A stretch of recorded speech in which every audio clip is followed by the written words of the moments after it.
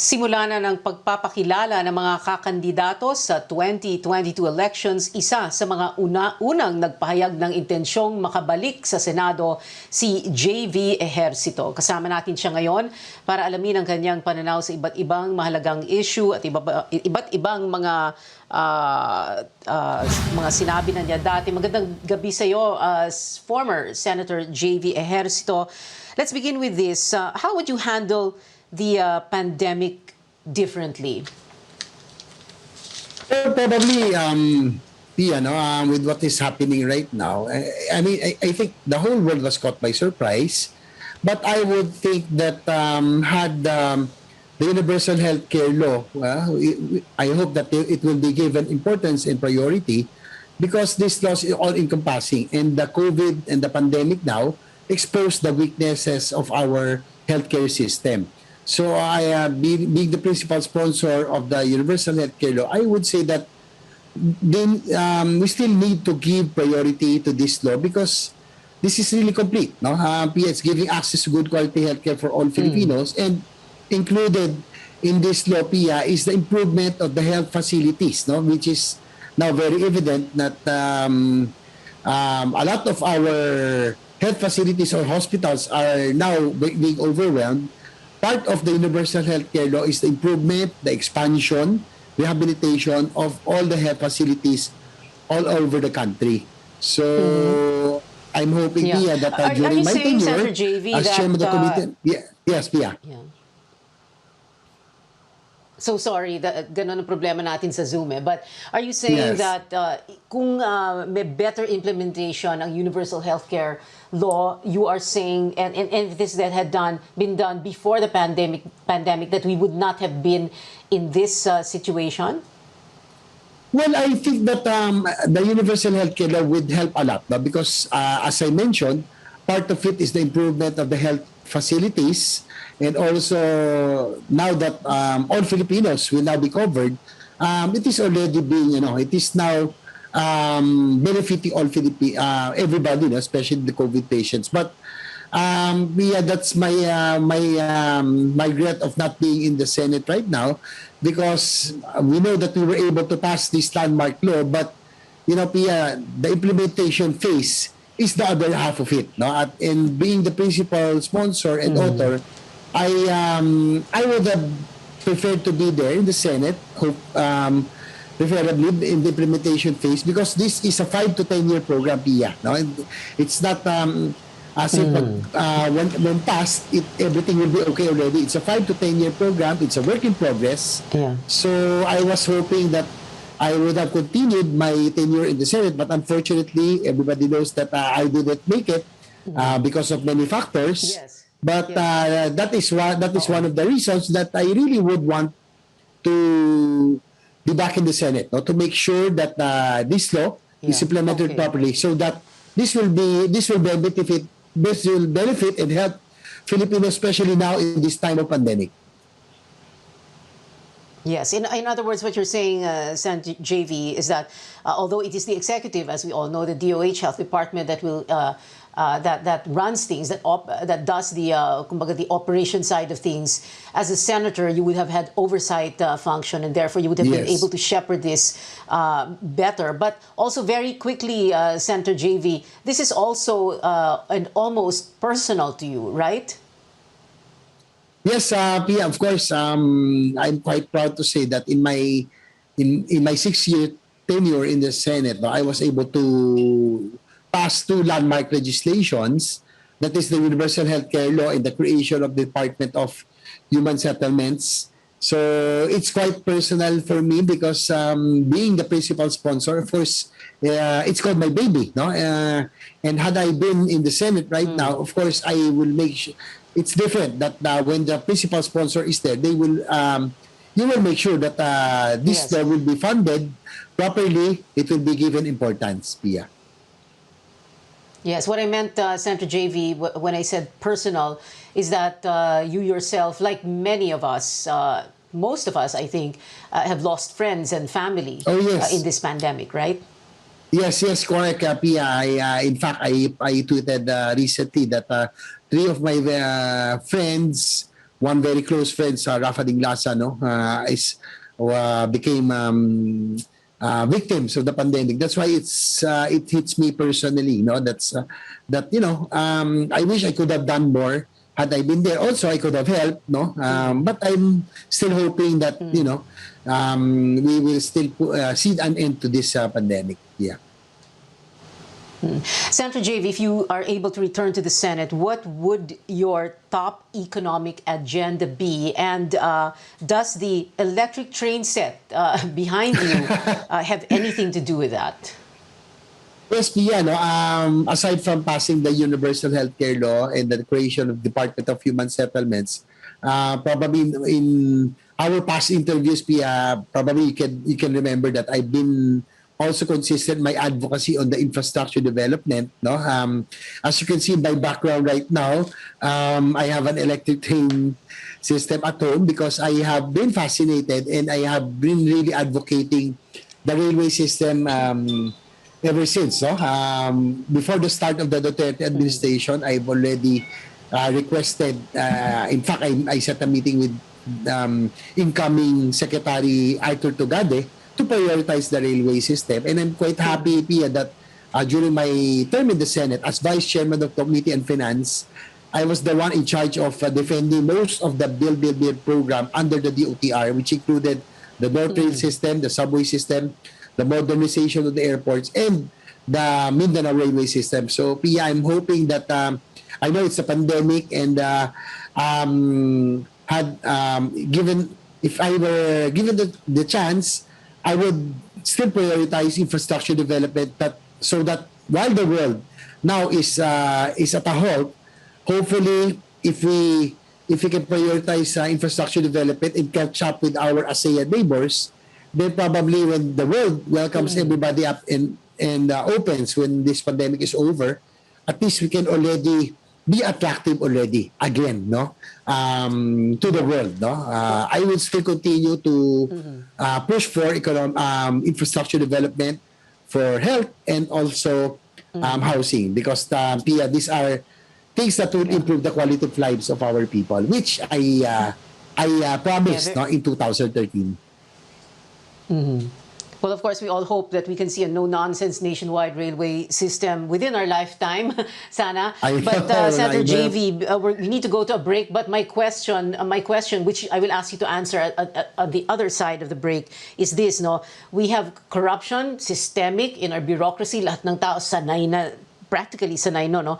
So the question is, how will you combat this? And more importantly, if there is and we will use the term, no, a whiff of corruption, how would you react if the president, whoever is going to be president in 2022, would appoint or reappoint someone that has corruption issues? I'm going to ask you that question, to answer that question, when we come back. Former Senator JV Ejercito, ipagpapatuloy natin ang panayam kay JV Ejercito sa pagbabalik ng News.PH.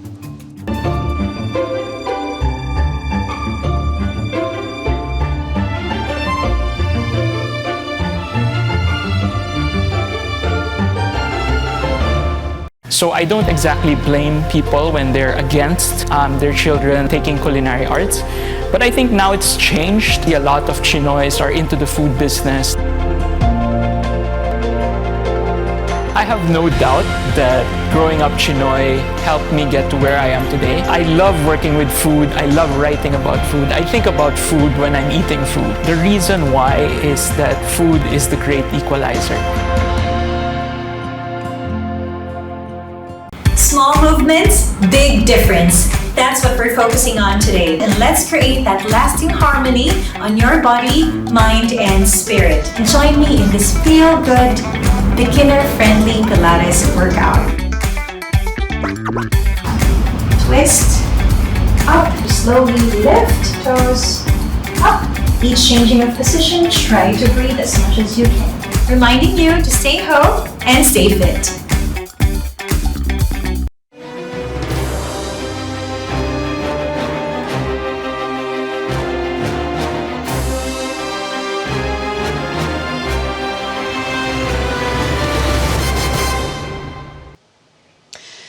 All right, kasama pa rin natin ngayon si dating Senador JV Ejercito na gustong makabalik sa Senado itong 2022 election. Senator JV, ang tanong ko kanina, ano po yung sagot ninyo?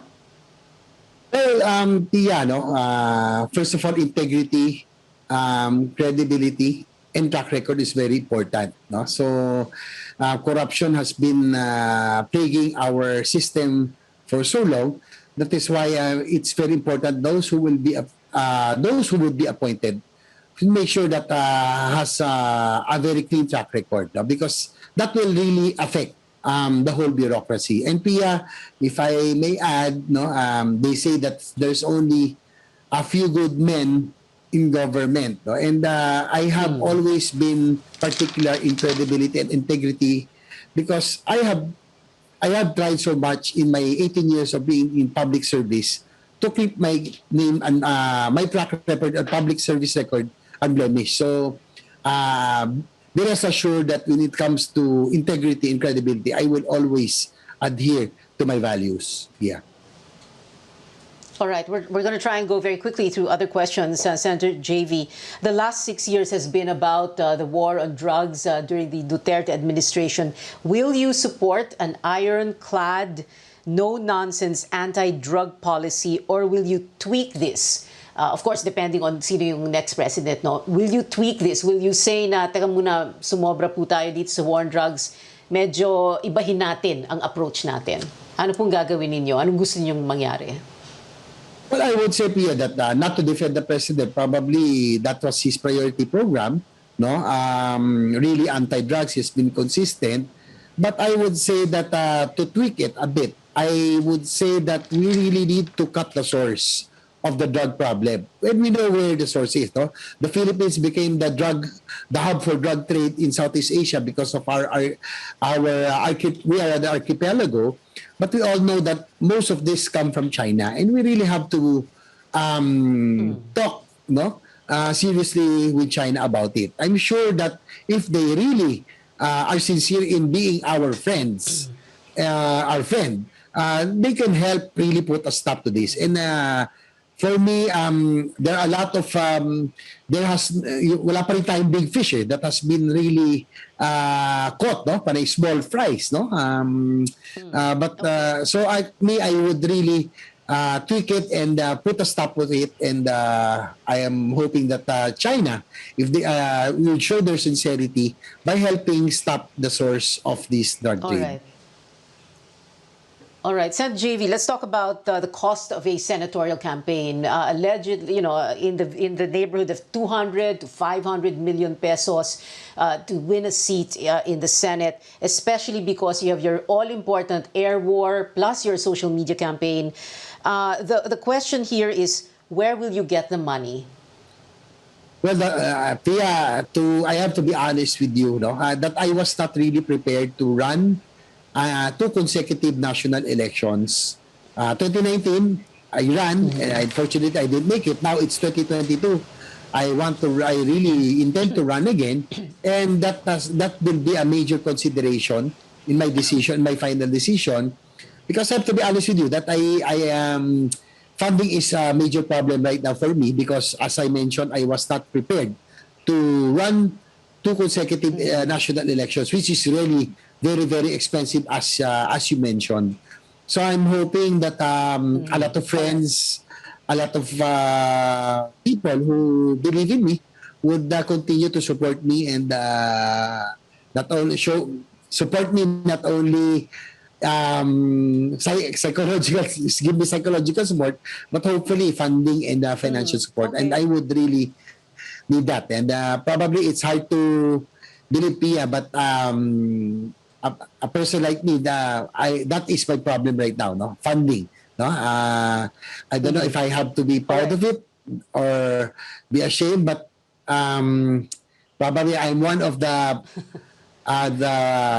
sons of the presidents, or who became the president, that has this problem, no? So I just have to be honest. But funding will be my main consideration in making my final decision as I file my candidacy this October. So I'm still talking to my team on how we will be able to raise funds. Okay. Okay. We don't have much time, and I have quite a bit of questions, but we've come to the portion. I have 7 questions for you, San JV, that will be answerable by yes or no lang. Wag na muna mag-explain, no? Tingnan ko kung kailangan pa ng explanation mamaya. So the first yes or no question is, do you favor easier public access to the SALN of the President, the Vice President, and lawmakers, including senators like yourself, if you were to return to the Senate? Yes or no? Yes, Pia. Yes. Yes, all right. Number 2 question. Do you support lifting foreign ownership limits in the 1987 Constitution? You did file a foreign liberalization bill back in 2014. Yes or no? Yes. Third question. Yes or no, Senator JV. Do you favor a reimposition of the death penalty for drug-related offenses? For drug-related activity, yes. Yeah. Yes, and also I remember in 2019 you said that you would favor one for plunderers. Number 4, should a sitting president be allowed to run for vice president even if the Constitution does not expressly prohibit it? Yes or no? No. No. Okay, so meaning... Anyway, never mind, mamaya na explanation. Next, question number 5. Do you favor a resumption of peace talks with communist rebels? Yes or no? Yes. And last question, should the country be more aggressive in protecting its maritime interests in the West Philippine Sea? Yes or no? Yes. All right. And very quickly, just a follow-up, kanina sabi mo, yung no, hindi na dapat tumakbo ang sitting president. You're referring, of course, to President Duterte, who, as of yesterday, as of today, is running for VP if the PDP Laban Kusi faction has its way. But you're saying no. You're saying, what are you saying here? Relax na lang siya, ganon? Yes. It's personal, Pia, because I consider the president as a friend. Way back when he was mayor of Davao, I was also mayor. He has nothing more to prove, no? 6 years, I would say. Doesn't need to prove himself anymore. He doesn't have to prove anything anymore. And I think at his age, I think he should relax, no? And ako personal, Pia, he's my friend. I don't get to see him anymore because I'm out of position. Yeah. I think I would love to go back to Davao and go dining with him in Conchings and all those other eateries, no, that he used to take me around. So I think he should relax at his age. It's personal. I like how you preface your answer with, he's my friend. But anyway, San JV, I also wanted to ask about this. So pag-usapan din natin yung napakalaking elepante sa kwarto. That is a literal translation of the elephant in the room. Okay na ba kayo ng kuya mo, si former Senator Jinggoy Estrada, or never ever na ba kayong magiging okay dahil may tampu pa rin kayo sa isa't isa? Well, to be honest with you, everything's not okay. Because we are again in the same dilemma, no? As like 2019, I'm still hoping in the future, Pia, when our political careers are finally over in the future, we'll just laugh about it, you know? After all, we're brothers. But of course, I have to be honest that, you know, what happened in 2019, I was up for re-election, and I think I was doing quite well in the Senate. And I requested my dad and my brother I requested sana patapusin nila ako because I still have things to do, no? I would want to see all the things that I have passed, UHC, Provincial Department of Housing, be implemented properly. No? So I don't want anything half-baked. Yeah. So that was my request. So it's, yun lang yung, what is, yung hinanakit ko. I have to put it my words in I'm hoping in the future, probably when we both retire in politics, no, we will just, probably that's the time that, we can heal all of this. Nabanggit mo yung 2019. Of course, in 2019, ang nangyari sa inyo, you didn't make it. Medyo nalaglag ka, sorry, sa number 13, no? But with, yes. How many votes? 14, anyway, number 13 kayo, and then si Senator Jinggoy naman, number 15. Kumbaga, ang sabi ng mga tao, nahati ang boto, you canceled each other out. Your father ran for Manila Mayor, and yung anak ni Jinggoy, di ba? Tumakbo sa San Juan. Kumbaga para bang nawalan kayo ng focus, di ba? Yes. And you don't Yes. want that to happen again this 2022, right? Yes, Pia. I think we spread ourselves too thin. We were fighting so many battles in 2019. So I'm hoping that we learn from that lesson and it doesn't happen again in 2022. But Pia, unfortunately, we only have a month left. And I think we are both again, I want to run again because I think I still have a mission to accomplish. My brother said he wants to run again. So I'm still hoping, I'm praying hard for a miracle to happen so that we can settle this situation that we're in right now, Pia. But I really have nothing in mind, but my passion really, Pia. I would really want to live something, that is not half-baked, and I know that I could still do a lot more. Okay, and of course, you have 2 weeks to decide before the filing of certificates of candidacy on the first week of October sa COMELEC. In the meantime, Yes. I'm sure Senator JV, and I'm sorry, we don't have enough time to talk about it, tuloy pa rin yung motorismo mo, your motorcycle tourism. Former Senator JV Ejercito, thank you very much for being with us tonight here on News.PH. Salamat po sa inyo.